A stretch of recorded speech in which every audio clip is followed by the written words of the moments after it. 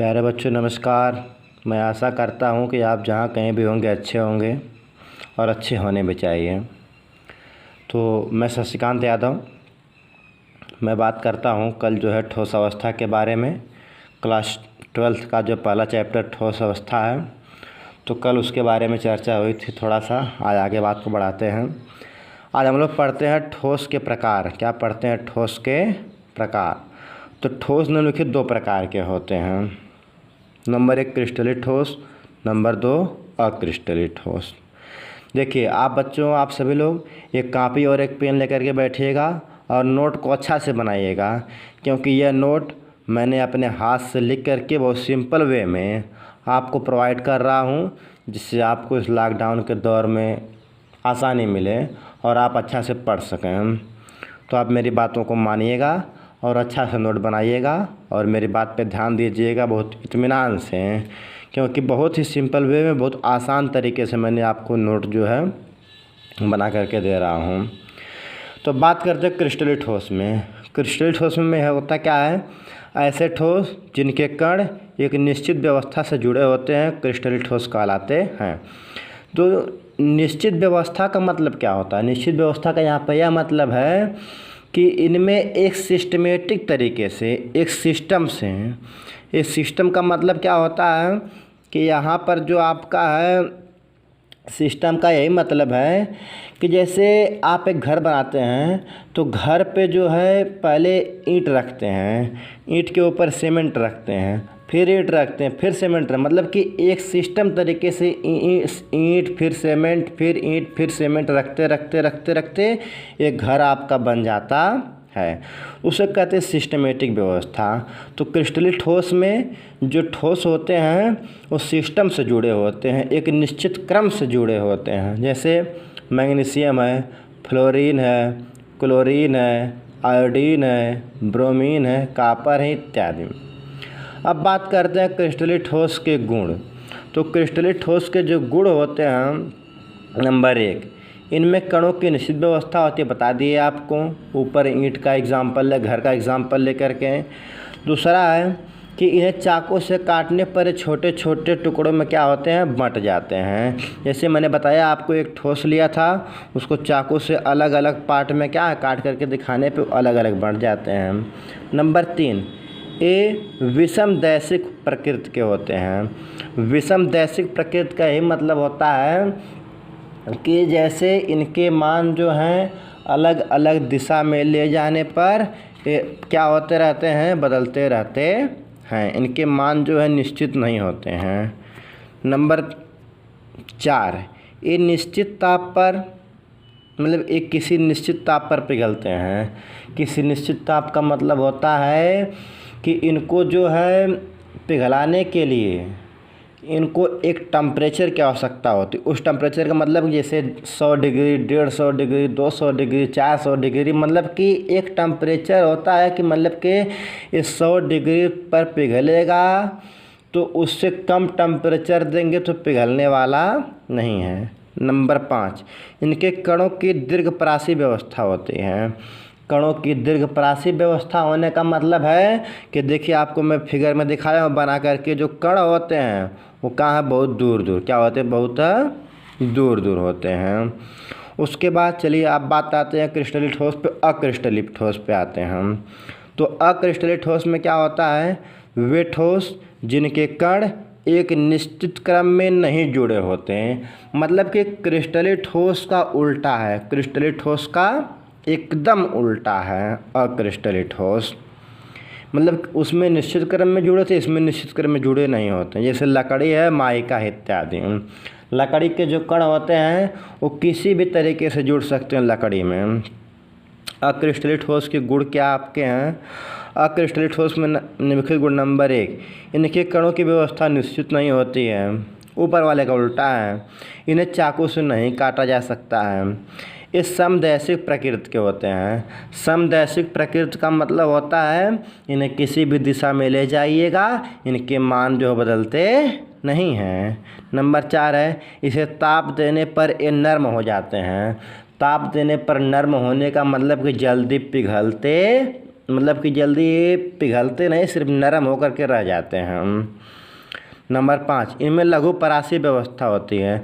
लघु परासी व्यवस्था मतलब कण क्या होते हैं, बहुत पास पास। देखिए आपको दिखाएं कण क्या है, बहुत पास पास। ऊपर वाले में दिखाए थे कण क्या थे, बहुत दूर दूर थे। तो अब बात करते हैं हम लोग क्रिस्टलीय ठोस के बारे में, कुछ और बातें कर लेते हैं। तो क्रिस्टलीय ठोस के प्रकार, क्रिस्टलीय ठोस के प्रकार।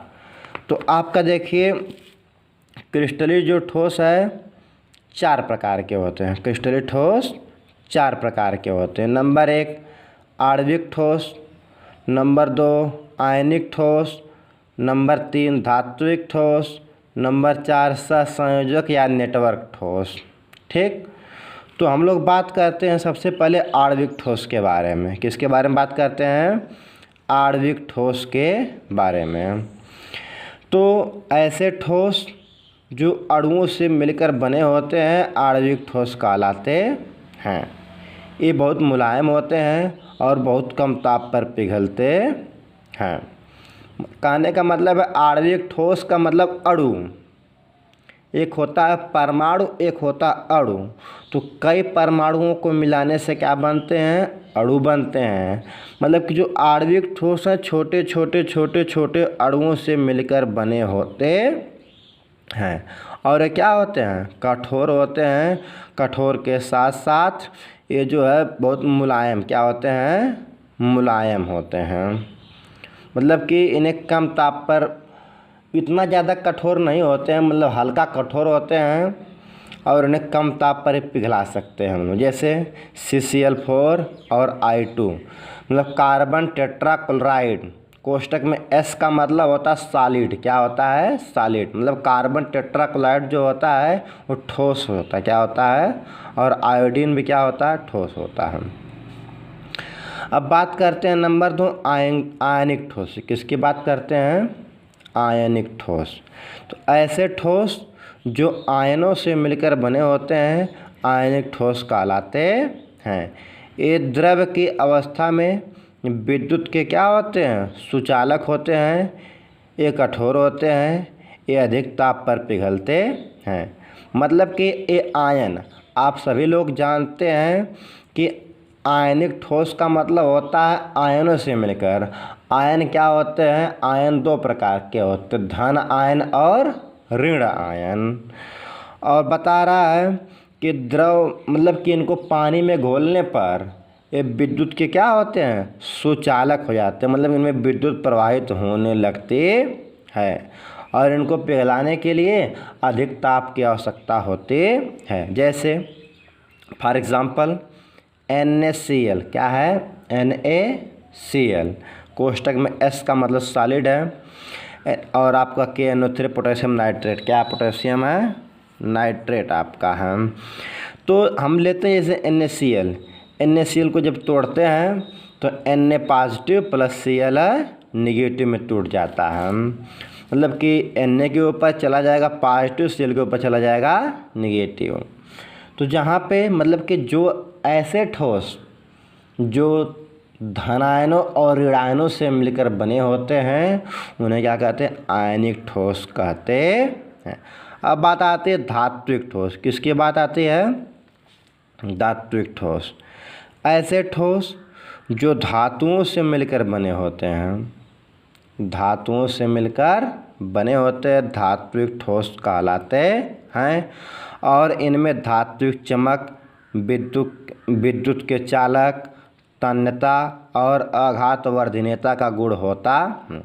धात्विक ठोस का मतलब होता है, धातु का मतलब, धातु ऐसे पदार्थ होते हैं जो अपने इलेक्ट्रॉन को त्याग कर धनायन बनाने की प्रवृत्ति रखते हैं, धातु कहलाते हैं। ऐसे पदार्थ जो अपने इलेक्ट्रॉन को त्याग करके धनायन बनाने की प्रवृत्ति रखते हैं धातु कहलाते हैं।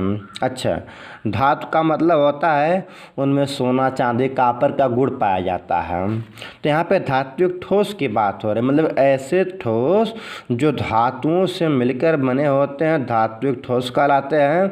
और इनमें धात्विक चमक, इन ठोसों में धात्विक चमक होती है। धात्विक चमक का मतलब होता है कि चांदी की तरह, सोने की तरह चमकते हैं। विद्युत के चालक। विद्युत के चालक का मतलब होता है कि इसमें ऊष्मा क्या होती है, प्रवाहित होती है। और तन्यता, तन्यता मतलब तनते हैं, क्या होते हैं, फैलते हैं और फैलते और तनते हैं। और आघात वर्धनीयता गुण होता है।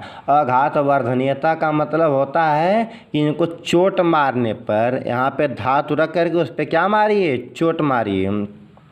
चोट मारने पे क्या होते हैं, फैलते हैं।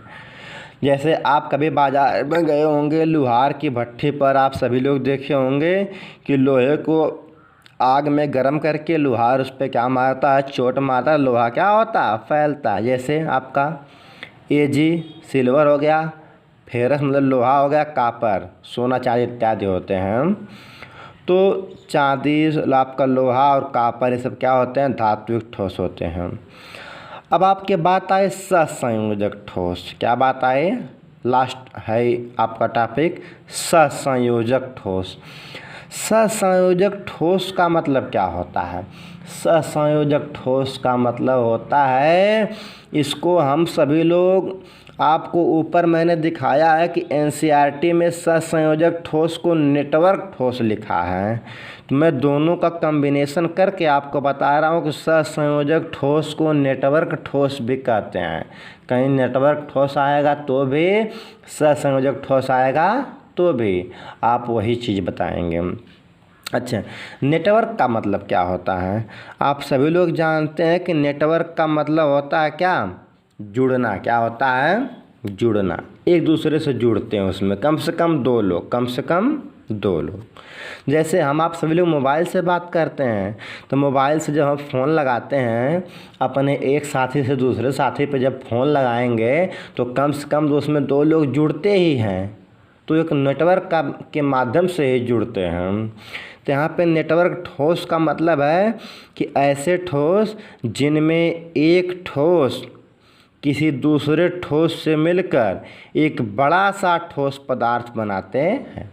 मतलब कि एक ठोस दूसरे ठोस से मिलकर बड़ा ठोस पदार्थ बनाते हैं, क्या कहलाते हैं, तो इसे सहसंयोजक या नेटवर्क ठोस कहते हैं। उसके बाद यह बहुत अधिक ताप पर पिघलते हैं, मतलब कि इनको पिघलाने के लिए अधिक ताप की आवश्यकता होती है।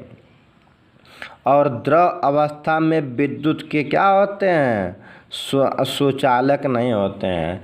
मतलब कि ये तो जब ठोस रहेंगे तो सुचालक होते हैं, मतलब कि ठोस रहने पर इनमें विद्युत धारा क्या होती है, प्रवाहित होती है।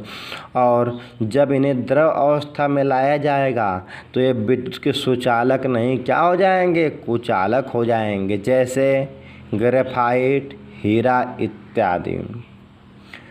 तो बच्चों, मैं आशा करता हूँ कि आप सभी लोगों को, आप सभी बच्चों को ये चीज़ें बहुत आसानी से समझ में आई होंगी।